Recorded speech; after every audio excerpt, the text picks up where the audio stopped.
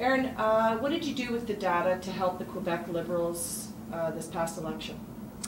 Well, what we did, we specialize in something called reality mining. So that means that we look at people in their natural environment. We don't call people, ask them who you're going to vote for. We look and see what they're doing online, who they're hanging out with, what they're reading, and we don't ask them that. We just gather that information, and based on that, we're able to determine the probability that they will vote Liberal versus the other parties.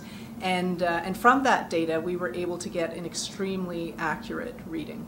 So with polling, for instance, we know that a lot of people will give inaccurate information in polling, either because they're not aware of their own motivations or because they're purposely trying to game the system. So we know that on average in polling, it's only about 50% accurate at any given time. So with reality mining, and we're also, with polling, you're looking at a sample of the data. We look at the entire population. So we look at the entire electorate, we gather information on them, and we're not extrapolating, we're looking at each individual. And from there, determining the probability that they will vote for the party that we're working for. What are the limitations of data to predict an outcome based on your recent experience working on the Scottish referendum?